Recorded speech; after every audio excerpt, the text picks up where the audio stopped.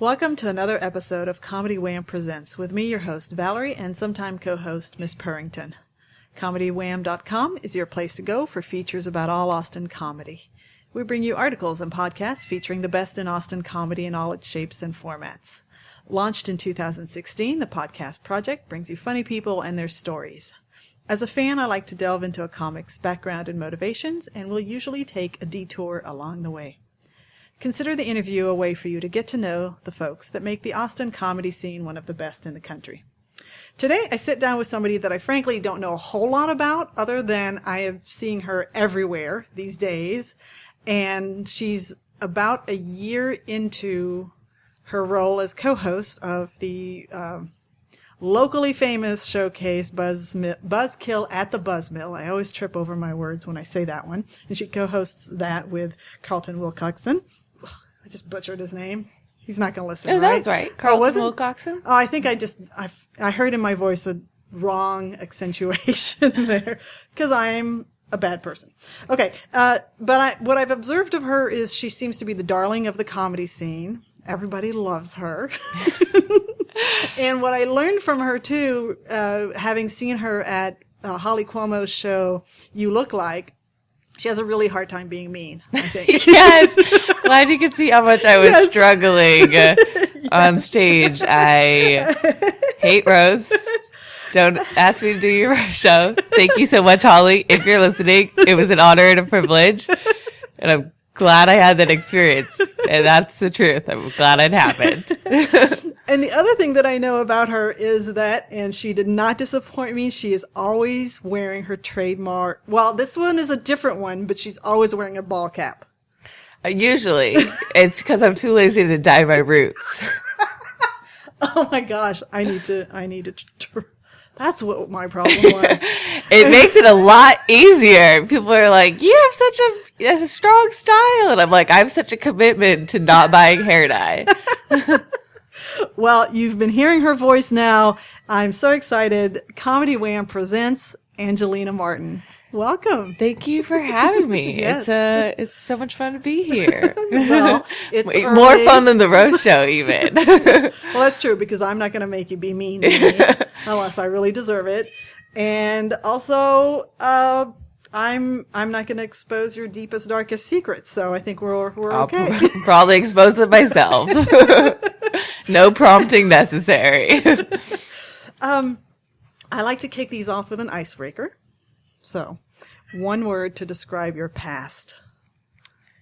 Shaky. That's the first word that comes to mind. Yeah, turbulent, I guess. Yeah. Oh, I've heard turbulent before. Yeah.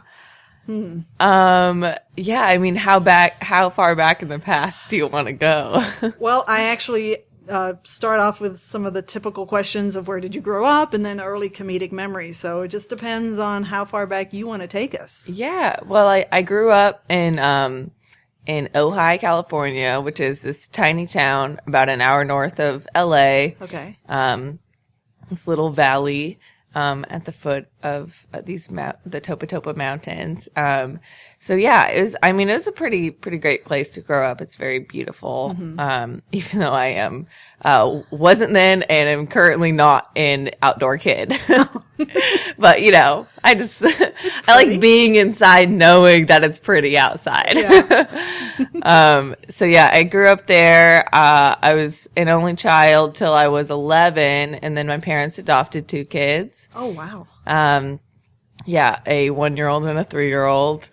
From the foster care system. So that changed my life a lot. Mm-hmm. But yeah, I grew up playing a ton of tennis, like almost every day.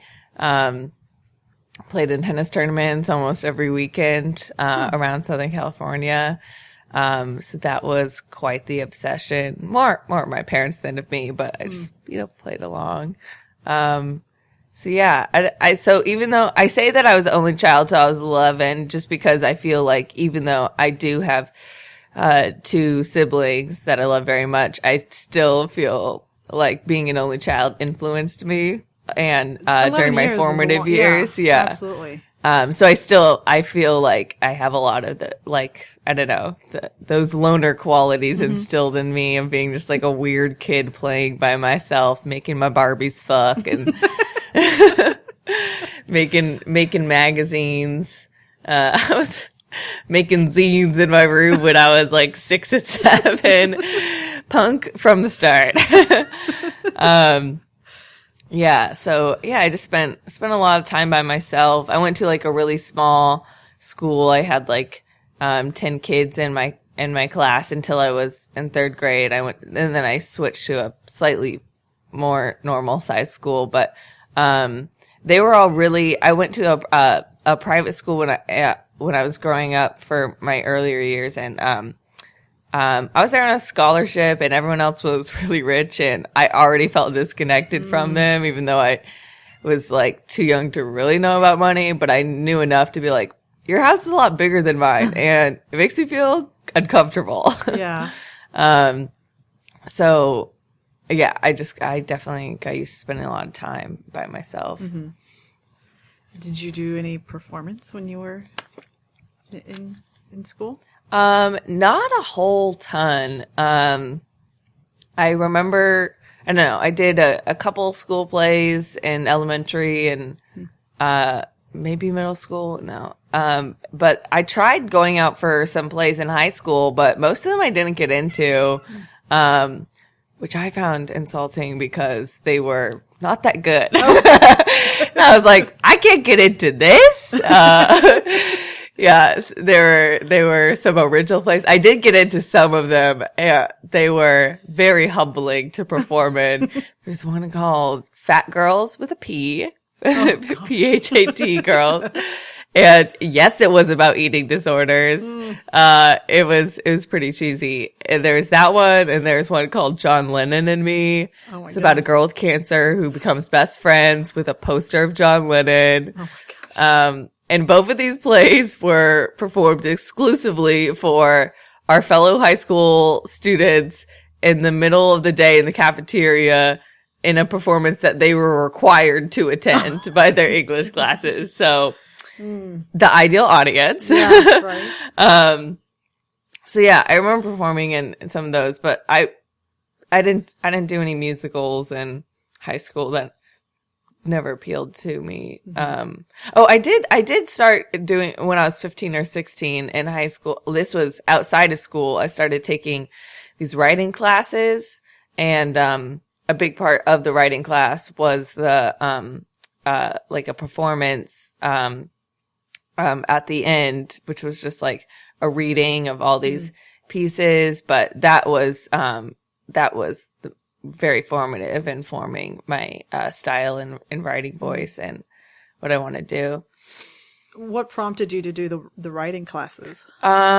This cute girl that I had a crush on told me to do it, or she was like, "Let's sign up. I do it." And I was like, "Okay." And so I just signed up to hang out with her, and now I'm still like best friends with a lot of those people that I took those classes with, because the teacher, shout out to Kim Maxwell in Ojai, California. She's an amazing writing teacher and dramaturg. Yeah. Anyway, she knows theater and writing better than anyone else, and she's very encouraging of young writers, and I definitely owe anything I have to her. She definitely encouraged me to be as weird as I wanted to be. Mm-hmm. Were you not getting that kind of encouragement at home? Well, yeah, but my parents just it was just it's generalized support and not like specific feedback, just because that's not their area of expertise. My dad knows about classic rock and locksmithing, and my mom knows about therapy and tennis. So if I need any help in those subjects, first ones that I go to. But yeah, so again, they're still very supportive of me now, but they don't really understand, or they don't really understand comedy in general, let alone mine. And so it's just kind of a confused support. Yeah. It's like, we don't know what you're doing, but we support it and encourage it. But yeah, no, they were encouraging when I was growing up and would follow me on all my weird whims when I was like, I want to audition for True Grit in Texas. They're having an open casting call. And my mom was, I don't know. She just played along with me. She's like, yeah, sure. So what got you out of Ohio? I graduated and went to San Francisco State University for a year. Because it was like one of the only schools I could get into or afford to go to. I was not a great student in high school, but I wasn't even like doing drugs or doing any cool fun stuff. I was just like surfing the web and like being sad in my room. Didn't get to enjoy it. But yeah, I didn't kill it academically, but still got into San Francisco State. And yeah, so I moved up there for a year before I moved to Austin. Okay. And what was your or did you have to choose an area of study, or did you go with a set? I went with film. That was pretty easy for me to decide because I even knew then that I just really wanted to be in the entertainment industry in some way, somehow. But I didn't get to any film classes. I think I was still taking the general requirements when I dropped out. Because I realized that I could, work full time instead and get more money, which seemed to me like a better payoff than going to class.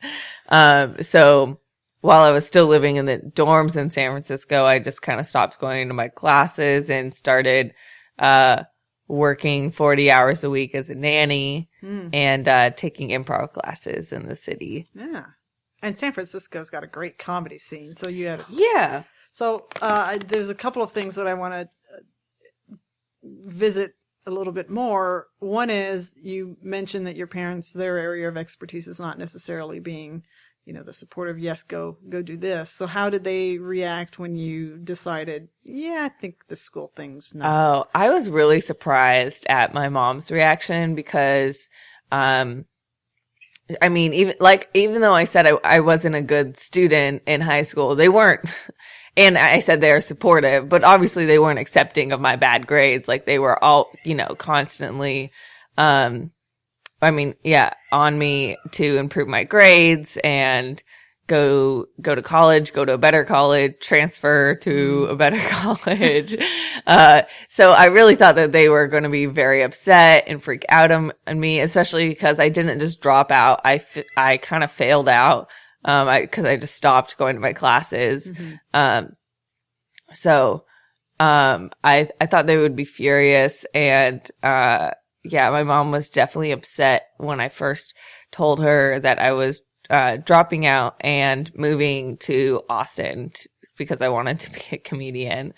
And but in the next day she came to me with like a printed out list of nearby open mics.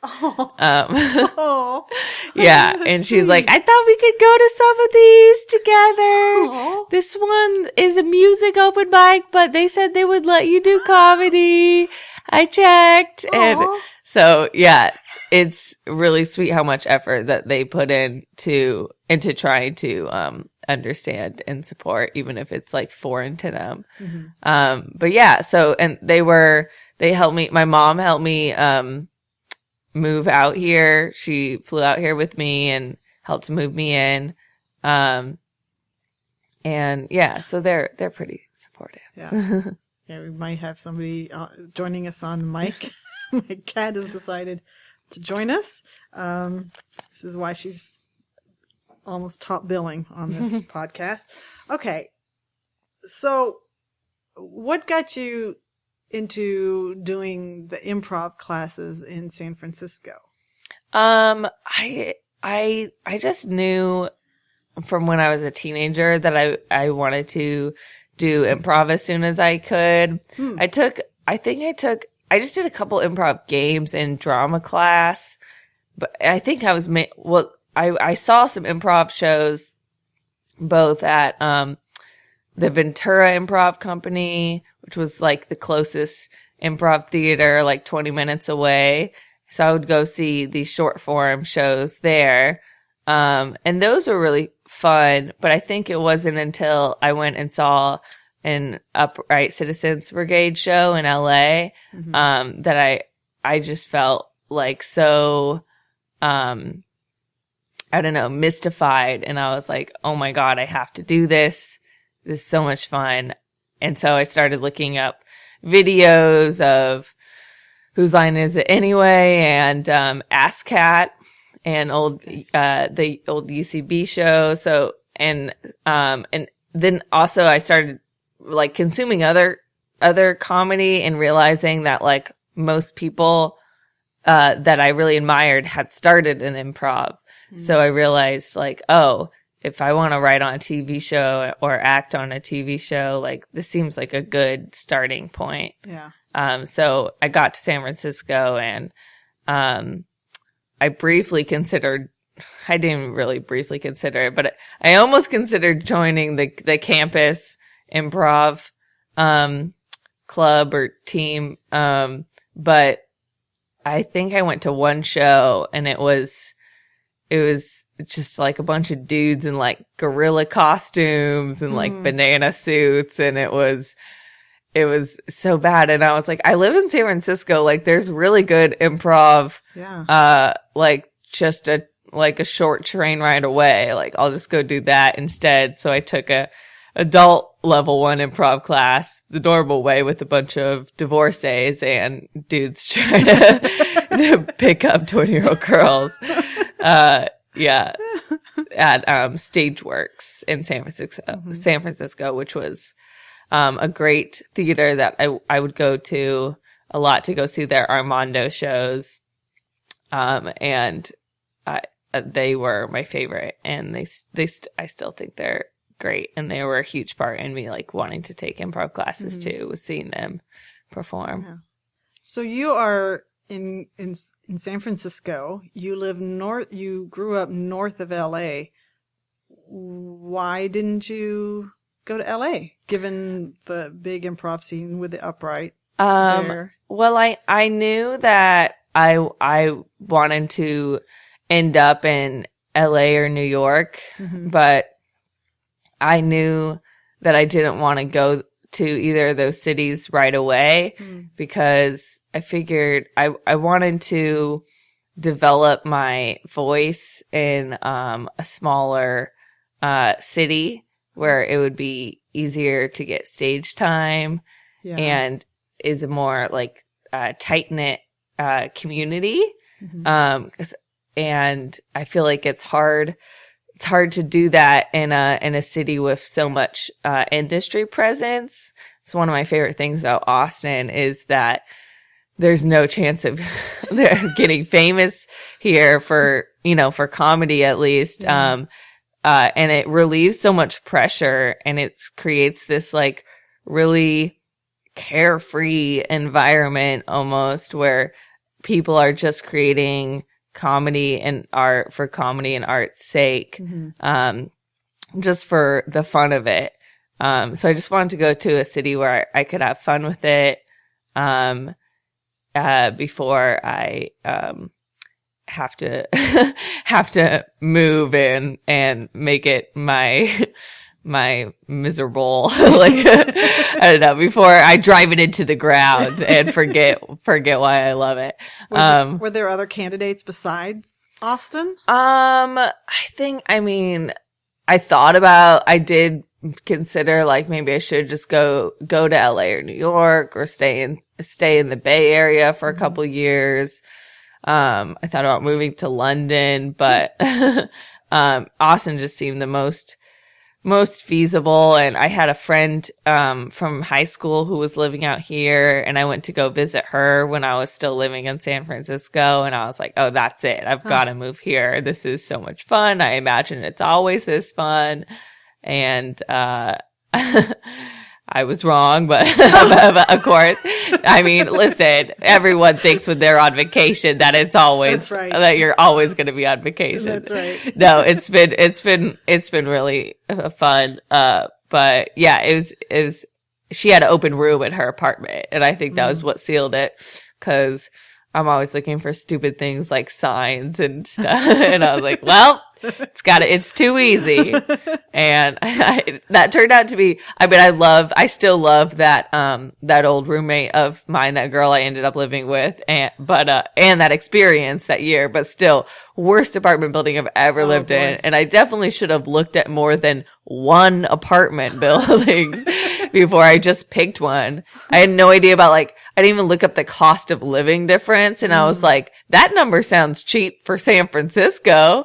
And I moved there, and I was like, oh, it's actually really expensive for Austin. Yeah. Fuck the Block and West Campus. If you're listening, the Block, I still have beef with you. So I wonder if me starting to see you everywhere coincides with when you came here. When did you move here? Well, I moved here for the first time in 2014 when I was 19. Okay. And I stayed here for a year.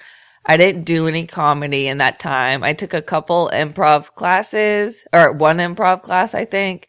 And I went to a bunch of open mics and just watched, and went to a bunch of shows and just watched and tried to get up the nerve to perform. But I didn't for a year. I was so scared. I did the same thing in San Francisco, where I would just go to open mics and watch and never perform. Even though you've clearly performed on a stage. Yeah, but it was still so terrifying to me. Yeah, so I left Austin after a year, having still not ever performed at an open mic. That's crazy to me. You moved here to pursue comedy, but you were so scared. Yeah, I mean, I got myself a real shitty job right away, and just threw myself into that 80 hours a week. Oh, and okay. Well, that'll bring the life out of anybody. Exactly. I was doing that, and I was super depressed, and just, so I couldn't really, and also I had like no friends, or I had like, besides my roommates, bless their souls, Kim and Kayla, I appreciate them very much. But everyone else I met was not great. And this is a public service announcement because it comes up fairly regularly, talking about making the moves from Austin to LA, New York, or even there are people who specifically move from their home areas to Austin for comedy. But people will often underestimate just how much support you actually need to make that move. Yeah. Yes, you can have one or two friends, but they're pursuing their own lives a lot of times. So I'm glad you're sharing that, but it really is important for people to realize it's not just about, it's a cool hip city. There's classes, there's open mics everywhere. Mom's researched it for me. There's so much more that goes into a successful relocation. And you have to have your base needs met before you can achieve your higher goals. I was like, I have to be like fed and take care of myself before I can think about jokes. So I was just kind of, just like working a ton. And also I really wanted to travel. So I was just thinking about that a lot. So I started saving up my money to go backpacking in Europe. So I impulse bought a plane ticket to Iceland, and that's where I went after a year. And I intended on staying there for a year. I ended up making it 8 months before I ran out of money. Had you done a lot of traveling like that? No, I went like backpacking for a month when I was 18. But so this was the first time I had like gone on my own. And it was really difficult and really hard because of myself and my personality and of how I am. I just like really didn't plan anything out, and I did not save enough money. Like I really ran out of money after a couple months. And then I just like somehow made it another 5 months, by having no money. But I mean, I was like resourceful and I found work over there. Yeah. But it was a lot harder than it needed to be. I mean, still super rewarding, and it had its ups and downs, and I had amazing moments along the way. But overall, it was like, wow, this was a lot of hard lessons to learn. And so I went back to my parents' house and stayed with them for a few months and worked at a bakery while I saved up enough money to move back to Austin, because I realized while I was over there, because I didn't think I wanted to move back to Austin. I didn't have a good first year here, and you know, I just kind of blamed it on the city. I was like, fuck that place. But then when I was other cities that you could do. Yeah. But then I started watching Friday Night Lights. And I was like, oh, I miss Texas. Yeah. So that was one of the, I mean, I'm very easily influenced by TV and movies. I moved here because of Whip It. Like, Whip It and Dazed and Confused are the reasons I first moved here. Yeah. I have bad taste. I found out about Sonic Youth from Gossip Girl. Like, I have nothing to be proud of. But yeah, so I moved. I decided I really wanted to move back to Austin, and so I saved up money while I was living with my parents to move back here, and I moved. So let me ask and jump in, because you've had this experience in Iceland where you ran out of your money, but you hustled and you figured out a way to milk it another 5 months. Yeah. And so you've learned valuable lessons about how to be resourceful with the money that you have. You would think. Oh, you would think? Because my question is, so did you plan things a little bit differently on this return to Austin? Yeah, definitely. I didn't. I mean, I wasn't as thinking like, oh, I'll just wing it. I definitely wanted things to be a bit more intact. So just started being like a little more prepared, I guess. But yeah, then I moved back 2.5 years ago, and immediately started, well, pretty much immediately. It took me like a month or something, but started taking improv classes again, and then started doing open mics. And this time you were done with the observing. Yeah, I was like, I was in it. I mean, at first it was like a little slow, because it was at first hard to motivate myself to go to open mics, because I would just, bomb so hard every time. So I was like, why would I want to go bomb? Like, so I wasn't going to a ton at first, but after I got like my first show, I was like, oh, I need to do this all the time. And just started, doing comedy obsessively. Where were you taking improv classes? I took them at the Hideout, and I graduated from there. Okay. All right. That's a nice little world famous program. Yeah, I guess so. Yeah. And then what was your first open mic?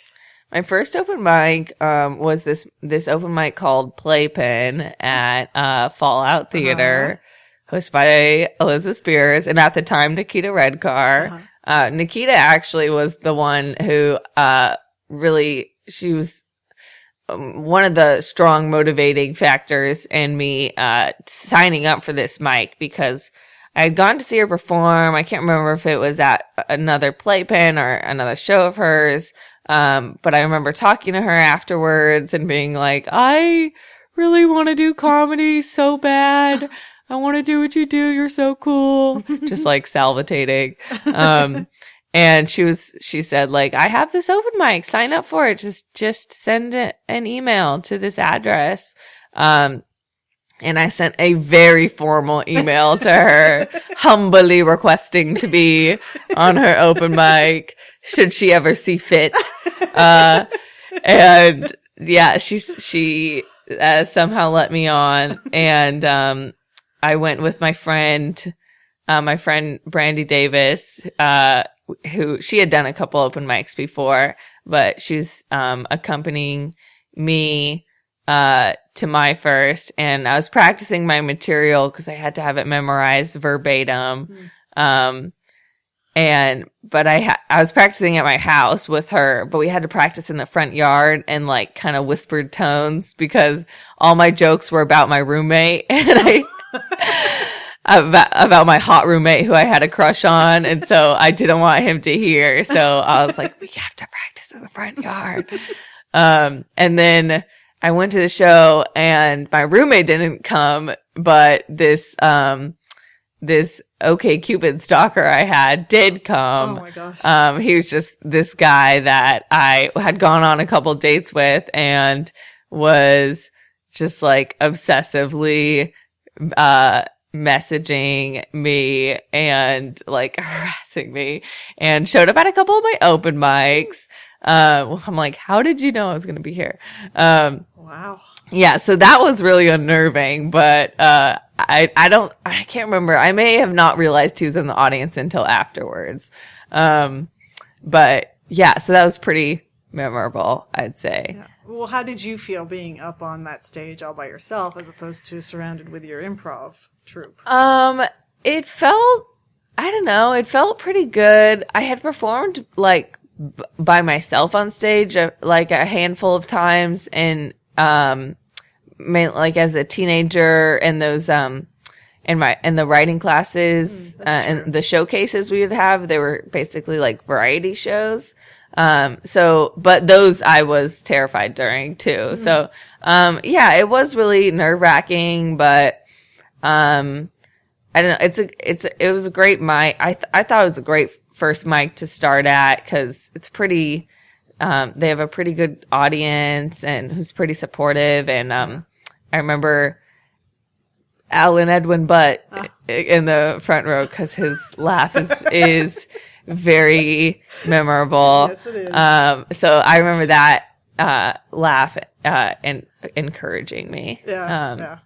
But that has become almost a trope that you know you're on the right track when you get an Alan laugh. Yeah, but sometimes it can make you think that you're killing when you're not because he's the only one laughing. Yeah. So you didn't have you had no qualms then about going back a second time to No, I definitely knew. I was like, I definitely want to go back and do this again. Uh-huh. Yeah, I mean, yeah. And you said this was about 2.5 years ago. Yeah, this was in the fall of 2016. Okay. Yeah, September. Because I remember I lost my virginity and did my first open mic in the same month. And what was more formative? It's hard to say. They were both underwhelming. Both not as scary and not as fun as I was imagining. I tend not to get into salacious topics, Angelina, but I think this may have been a first reveal of virginity loss. They were so close on my timeline. That's it was hilarious. like, I can't remember which came first. They were right lined up with each other. Oh, this is such a softball, Angelina. Well, somebody came first. Might have been the mic first, and then after that, I was like, I could do anything. It's fantastic. Oh my goodness.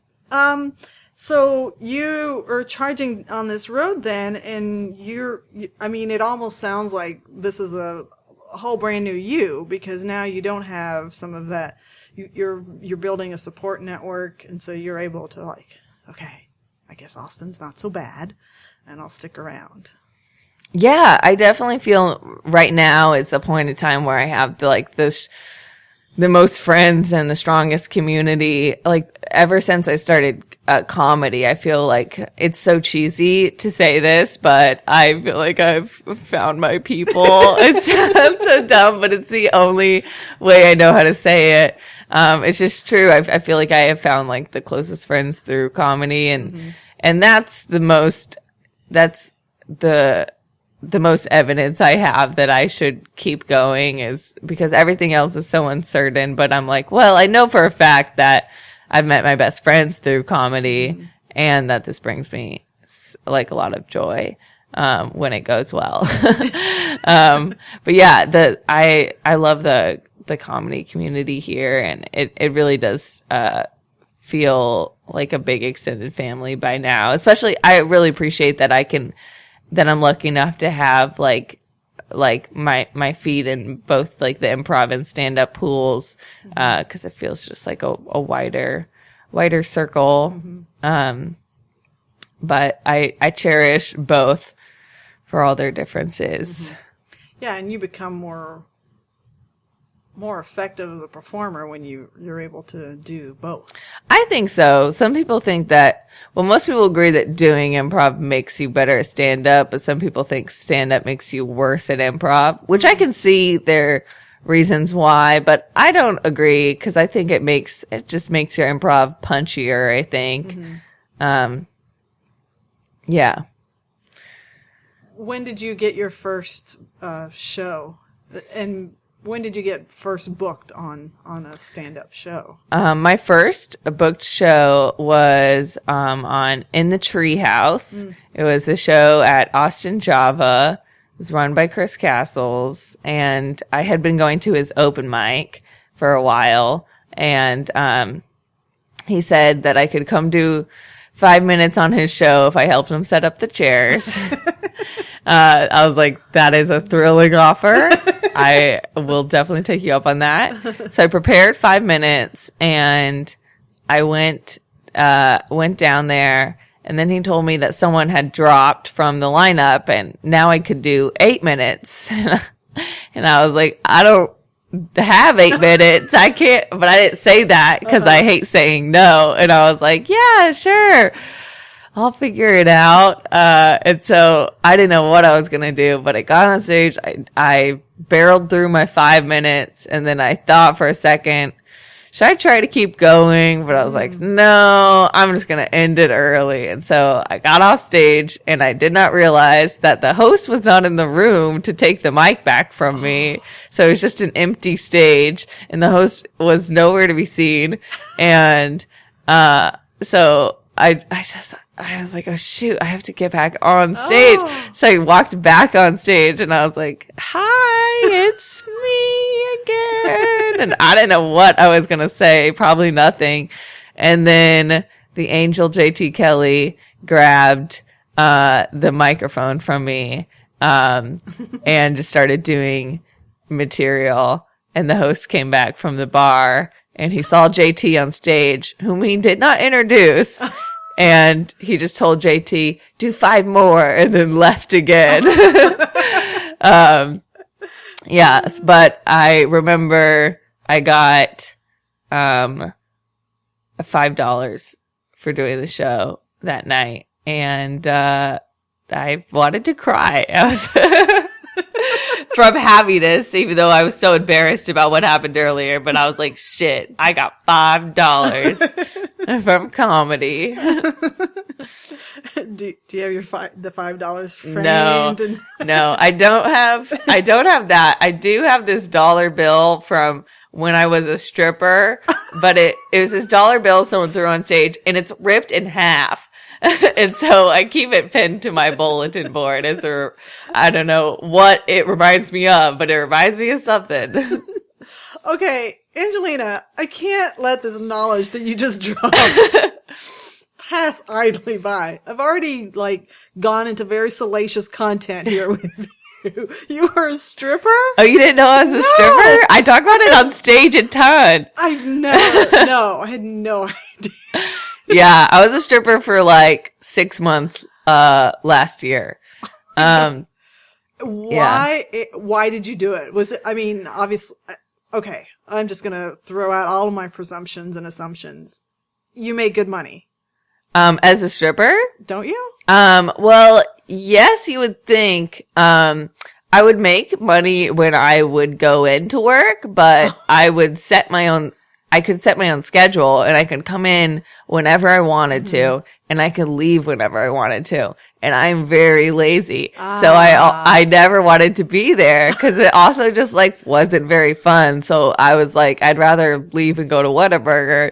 So I wasn't that rich of a stripper because I didn't work that much. And if this was last year is when I started seeing you just blow up everywhere. So your comedy experience and well, I think it's been a while. It's actually a couple years, I guess, ago. Okay. So I got fired from being a stripper like a little over a year ago. Okay. So it was the 6 months before that. So it was like a year and a half ago. I got to pay better attention then because I had no idea. Yeah, that was the only good thing that came out of that is the jokes I got out of it for sure. Yeah. It was, I don't know. I can't remember what I was doing at the time. I don't know. I had quit my job as a waitress and I was trying to find something else. And I wanted a job that would pay me the most amount of money for the least amount of time because I just wanted to spend my free time doing what I wanted. And if I was going to sacrifice my free time, I wanted it to be financially worth it. Right. And I had a friend who was a stripper and she also tried to warn me that it wasn't going to be that fun. Probably. I mean, some people have fun doing it, but she was like, listen, it's like a lot grosser than you think it is. And I was like, yeah, sure, whatever. Like, I get it, dudes. Like, I don't know. Like, I really had no idea what I was in for. But she was like, if you really want this, like, I'll help you. So she, taught me some basic ass dance moves and gave me a stripper uniform to wear and, got me a job at the place where she worked. And then I realized pretty soon that I hated it there. It was just, I'm so bad at pretending to laugh at dudes' bad jokes. And that is a key part of being a stripper is fake laughing at dudes' jokes. And I couldn't do that. And I was just like, I don't know. I was very bad at dancing. I'm not a good dancer. And, it was just like, I was just like not doing like my own mental health, even outside of that was like doing bad. So it was just a bad combination. And I don't know. I feel like it might be a little different if I were to go back now, just because another thing that made it so hard is I was so poor and it sucks stripping knowing that you have to make your rent money that night. Yeah. 'Cause it creates just such like anxiety and stress and fear. And also it's like you're less likely to set boundaries because you just need to make your rent. Yeah. So you're less likely to clearly set boundaries with people. So I feel like if I wasn't dependent on it for my sole source of income, it might be a less, stressful and nerve wracking, but I got fired after 6 months, which was ultimately for the best.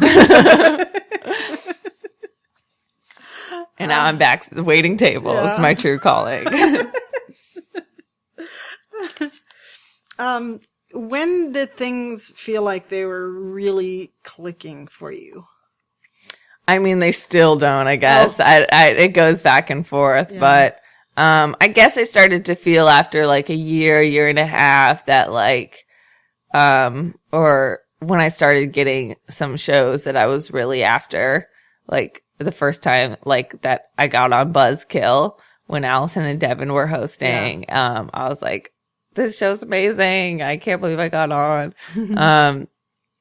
And just like factors like that, because it's impossible to like judge yourself. I'm like, I don't know how I'm doing. Like, I think I suck and I think I'm amazing. Like, I think I'm hilarious and I've never made a joke in my life. Like I feel everything about myself all the time. So, but when I started getting like, I guess, that outside validation, I was like, oh, okay, cool people are saying I don't suck, and I trust their opinion a lot more than mine. So, that felt pretty affirming. I remember when I did this show called Queer Town Extravaganza, and I think it was maybe after about a little over a year that I've been doing, about a year that I'd been doing stand up. And, it was just this queer showcase at Cold Town, but it was just like it was one of my best shows.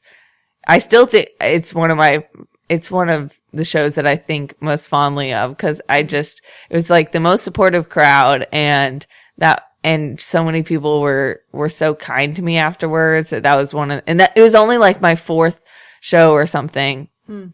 And I was like, oh, this, I want to feel like this forever. Yeah.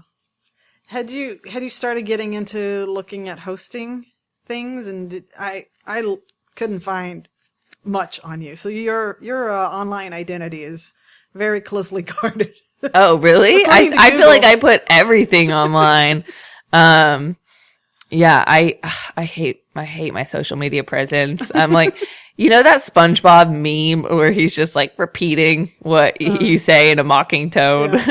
That's what my own brain does to me, especially for everything I say, but especially for every social media post I make. Like if I read it back, I'm like, ugh, who am I? Why do I sound like this? But everyone has to sound stupid when they're promoting their shows. Yeah. But yeah, I can't remember how I first started getting into hosting. I think the first show I hosted was this show, or I don't know, I may have hosted a stand-up thing before this, but I started producing these improv shows that fall out. I started with an improv show called hotmail.com or at hotmail.com, where I just read my old emails. Okay. From my middle school email account. And then I had my friends do improv based off of it. I liked the concept, and I was doing a lot of improv at the time, and I wanted to play with all those people, but I also thought it would just be better for the show if I didn't play and I just hosted. Mm-hmm. So, I started producing and hosting other improv shows like that. I ran out of material from my middle school email address. So I started a similar show called Slide in the DMs, where it's it's based off of other people's messages that they get. And how long has that show been going on? I know that's one of your babies. It's been going for 6 months now on a monthly basis. Yeah, so that's been so much fun. And the concept is based on creepy messages that people Yeah, it's like creepy or weird or crazy, or they're not all like sexual in nature. Some of them are platonic creepy, which people don't talk about enough. But yeah, just any like bizarre messages, and it's an all it's a show of all female and non-binary performers, and the messages aren't all from men though. Like they're from everyone, because listen, everyone can be a creep. That's right. Equal opportunity. Everyone can be gross. So yeah, it is like, I mean, like clearly my show, like I do, has a feminist agenda, but I also want it to be like I don't really mention a whole ton in my advertising that it's an all woman and non-binary show, because it's to me, I just get like the funniest like improvisers I know, and they're like, oh, they all happen to be women and non-binary people. Like I want it to be, I don't know. I'm trying to make it slightly less gendered, I guess, because I want to make it about the like, it's like these messages could be sent by anyone. Right. I don't know. I'm always just trying to grasp at like how I process like my feminism, and I don't know. I'm a dummy and I get confused easily. But yeah, that show's been so much fun. I've been so happy that people seem to like it, which is crazy to me that it's like strangers even. I'm like, you don't even owe me anything. But the last couple have sold out, which has felt amazing. Yeah. And I really hope to keep selling them out, though I don't know I don't know how much. It is pretty tiring to do. So, and I also get like bored easily. Not that I'm bored of it, but I am thinking about other show ideas. And I also know that I don't have all the time in the world. So, I don't know. I definitely want to do it for at least a year. Are you the personality type that would hand your baby over to somebody else, or would you rather see it just... It really depends on the show. And I feel like for this type of show, it probably would be just best if it ended. Yeah. Just cause it's like, I feel like I've really baked my personality into that pie, where it's hard to pull them apart. But yeah, definitely with another, like show, like a more, like, Buzzkill can easily exist with many other different hosts. It's not really dependent on us and our personalities. But with Slide in the DMs, I feel like I would probably retire it. And you've created and produced other shows. There was one, I don't know why this one in particular sticks in my mind, but there was one, and maybe it was around Valentine's Day, but you were promoting it as, come check out the show where I talk about all the crushes that I've had. Oh, yeah. That one was a bizarre experiment. I was like, maybe this is the best way to tell people I like them. It was not. It was a very bizarre, I don't know. It was just like one of those ideas that you think of at like 1 a.m. and you're like, this is hilarious. And then you're like at the show and you're like, was this a good idea? But I just had like, I don't know. I just had like my stand up, crushes, come do it. And they're all like my friends. Yeah. But I also did feel nervous and weird and shy. I was like, I'm sorry, this is weird and horny of me. And I didn't, I don't know. I think some of them were like a couple of them were like kind of embarrassed or something. A couple of them were like, I don't know how to respond to this. I don't know what to, and I'm like, I'm sorry. I don't know how you're supposed to respond either. This is weird, but I do think about crushes a lot. It's one of my favorite subjects to think about and talk about and to ask other people about. And I've been thinking and toying about having like a podcast where I interview my crushes about their crushes. But I don't know if it would work. But yeah, that one was at the Velveeta Room, which is one of my favorite venues in town to do stand up at for sure. It's just such a great club, run by an awesome comedian, Pat Dean. The mayor of Austin comedy. Yeah, he is. He truly is. Yeah, he's a friend of mine, and I really appreciate, I don't know, I appreciate how he books the Velve. I don't know, he has pretty much almost equal, female and male comics as far as hosts and headliners go, which is really significant because around the country, it's 10 to 15% of most, clubs lineups are women.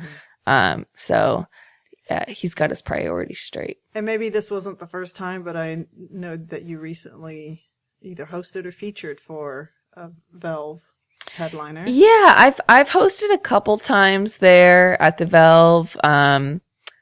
Yeah, I hosted for John Rabin, I think. No, I hosted for Danny Palumbo. I featured for John Rabin, and then I just recently hosted for Valerie Tossi, and that was fun. I always love working at the Velve. And then I did recently get to host at Cap City for the first time, which was a huge goal of mine. Yeah. So that felt super rewarding to check off my goal checklist, which I literally have a goal checklist. I'm becoming one of those people. That's right. I don't impulse buy plane tickets anymore. I have goal checklists. Did you know in advance that you were going to get the keys to Buzzkill? No, I didn't know until the evening of, and but I kind of suspected when they sent me a message, because I knew that they were leaving town soon, and I wasn't really thinking about who would be the new host, because I didn't even think that they would consider me, or that it was a possibility. So I wasn't thinking about that. But then Allison and Devin sent me a message asking if Tyler Gross and I wanted to go get a drink with them. And it was, it was just a unusual request, in that we had never gotten drinks before. And I was like, why would they want to get it with me and Tyler? And I was like, I think they may ask us to take over Buzzkill. But I tried not to get my hopes up, because I was like, it's got to be something else. But it turns out it was that, and I was so ecstatic, because it was and continues to be my favorite show in town. So yeah, that was only 6-ish months ago, 7 months ago. Yeah, 7 months ago, about when I started hosting with Tyler Gross at the time, who's now in Amsterdam, killing it with Boom Chicago. Yeah, that's a big deal. Yeah. So did you keep that secretly veiled process from Carlton? And were you a little freaked out that Tyler, because I'm sure he knew long in advance during his audition. He didn't know long in advance. Well, no, so he had no idea he was being considered? He knew a few days in advance, or maybe a week, where they normally people have to submit and apply, but they contacted him because he is special, and they contacted him. Well, he got recommended by someone in town. Got it. And they contacted him and asked him to send them some audition materials and tapes. But it was really only a few days. It was like 4 or 5 days. Wow. And then he found out that he was leaving the next week. Yeah. I knew that part. I just figured, he might have been submitting or whatever. There had been that. No, process. It wasn't. Yeah, it was really quick for him and for me. And he was like, yeah, I'm going to be, this upcoming week's my last show. I was like, wow, okay. But so I was I was real sad about that. But because you're probably at that point, you might have chemistry with your Tyler and I had been friends for a while, and we had been building that rapport. But I don't know, we just started. I was really happy for him that he was going over there, so it wasn't like he was leaving in like a sad way or anything. It was exciting. So I don't know, and I knew I wanted to keep hosting it because I had only been hosting it for 6 months. So I still wanted to keep going without him. So we started brainstorming some list of possible candidates, and he was like, "Do you want to keep the tradition of white women and black guys?" And I was like, "Well, not like as a rule, like necessarily, but I also like." I like having it as a guy. Like, I think it's nice to have like a gender balance, and I don't really want to give it to a white guy. So, it doesn't have to be a black guy, but some man of color. I don't know. I feel like it makes the show better. I don't know. I didn't want to have this great showcase that had been, I didn't want to be like, now it's hosted by 2 white people, or I don't know. like, I don't know. We did consider lots of people, but overall it was just like Carlton was the clear choice because he's so funny and he's so quick on his feet, and we were good friends. We were both good friends with him beforehand, and we already like had a good dynamic, and he just had to be the one. Yeah. Yeah. Because both you and he are really personable too. That's what I've observed. And that's what I saw. Thank you. The I other appreciate night it. At the roast battle ish. Oh my God. Can't believe I got through that. So what do you, okay, so you've got, do you do the vision board? Are you that? No. Did you just have your goal? I don't do vision boards, but I not yet. On the horizon, just one glass of white wine away. But I have tried to start journaling recently. So that's just like writing down my goals, and also like, it's so cheesy, but just like writing down my accomplishments, because I just forget them so easily normally. I'm just like, it happens, and then 5 minutes later I forget about it, and I'm like, all right, what's the next thing to fixate on and stress about?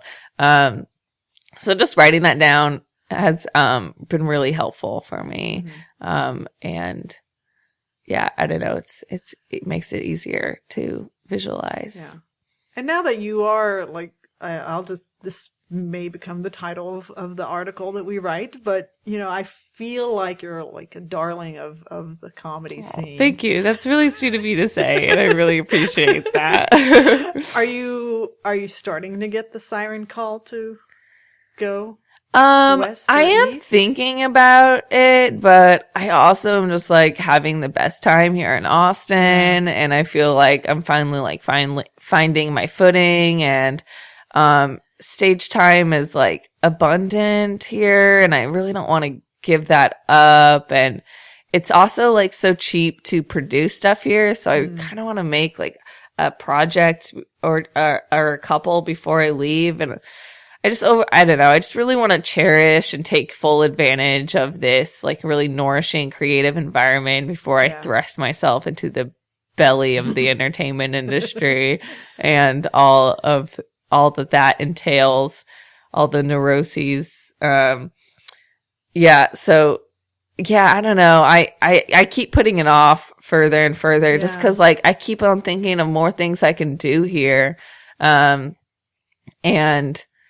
yeah, I don't know. I look at comics who like Martha Kelly or Chris Cubas, who I'm like, you can get pretty far while still being based in Austin. But I think before I move, I should just start traveling more. But yeah, so I don't know. I think it will I don't know. I go back and forth all the time between the two cities, but LA is close to my family. Right. And it's close to my favorite soap shop, and I gotta have my soap. Wow.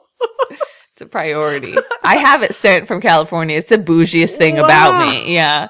It's amazing. I swear by it. Wow. God, all these little details I'm getting from you. Holy cow. Oh, there was another question. Oh, one of the things that when we were scheduling this, you had mentioned that you might have a shoot. So are you still doing film things on the side? Is that what? Yeah, I've been lately trying to throw myself more and just auditioning more for things. I recently got cast in a movie that's being made by some improvisers, actually. It's a feature-length movie, but I think it's fully improvised. Oh, wow. So, and I'm playing a stand-up comedian. So that'll be fun. Yeah, I don't know. I just like acting a lot, and for so long I thought I just like wasn't qualified to do it. But I realized that no one is. So I've been auditioning for a lot of like student films, which is very humbling.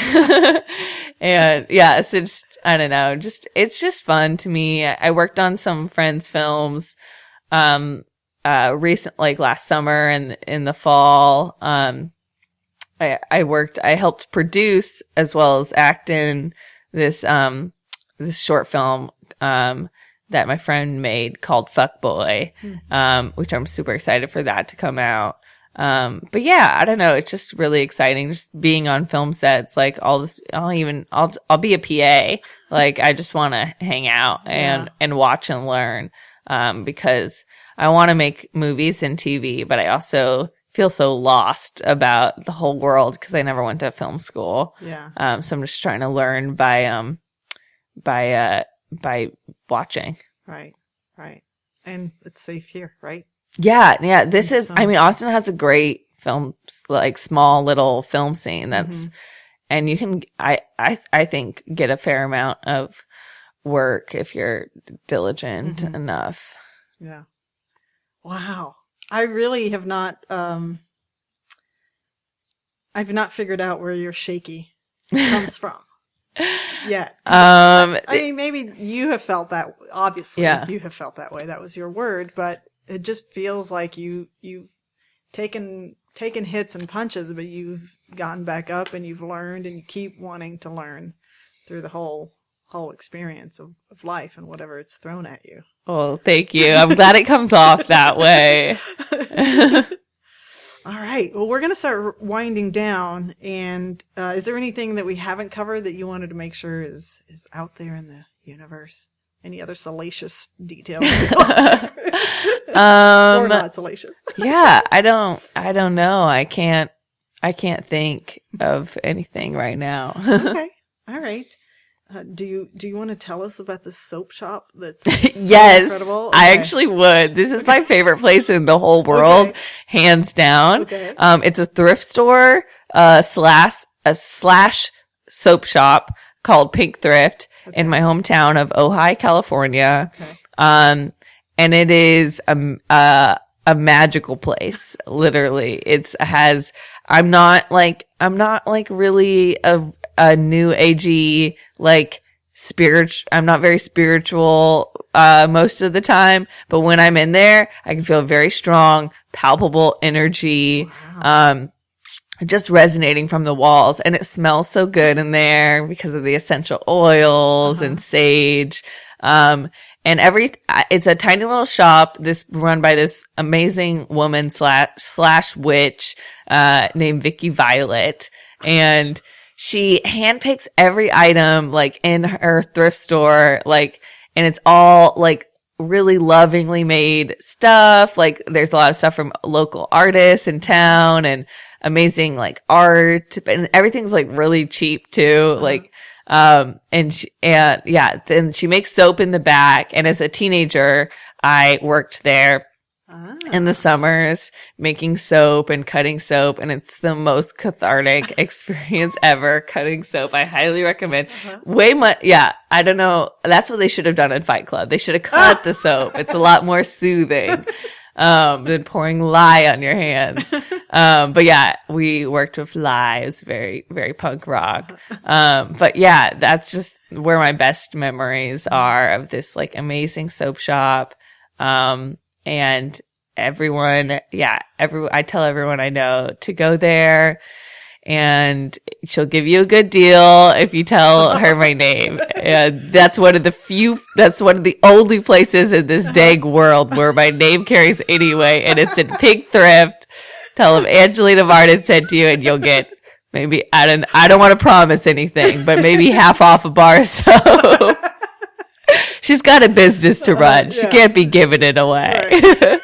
But love that soap so much. That's awesome. You've really painted a picture. I'm like trying to. It is like all natural soap. It's beautiful. It literally looks like marble. She swirls it with these, like, natural dyes in there. And it's so good for your skin. It's like a natural exfoliant because she puts, like, oatmeal and beeswax in there. And that's the only thing in the world that I'm picky about, like, when it comes to, like, bath products or anything. Normally I'm just like, give me that 99-cent toothpaste or whatever. But Gotta have Vicky soap. Oh my gosh. Well, are you ready for your closing question? Sure. One word to describe your future. Inevitable. Accurate. Okay. Yeah, I hope to have one. I'm glad it's coming. Yeah. Very good. Well, that is a wrap on Comedy Wham Presents Angelina Martin. Tell us where we can find you on social media and promote anything that's coming up. Okay. Well, you can follow me on Twitter and Instagram at Angelina J. Martin. And come see my show, Slide in the DMs, every first Thursday of the month at Fallout Theater. There's a fun photo booth, get that profile pic, and just really funny stand-up comedians and improvisers, who all just happen to be women or non-binary people. And it's always a good time. And I'm not just saying that. I'm quoting other people who have said it's a good time. So take their word for it, not mine. If the last few shows have sold out, get your tickets in advance. Get it in advance. And I think that's the only, and come see Buzzkill at the Buzz Mill every Wednesday night. Mm-hmm. Yeah. One of the vaunted historical showcases in Austin. It's been going for a minute. Yeah, it has. Well, we hope you've enjoyed learning about how Angelina got to be the comedic genius that you heard today, just as much as I have. Be sure to visit comedywham.com. Give us a follow on Twitter and Instagram at comedywham, and please like our Facebook page. You can listen to past interviews on iTunes or your favorite podcast player. And review us while you're at it. This has been Comedy Wham Presents Angelina Martin. I'm Valerie, and that's been funny. Thank you, Angelina. Thank you.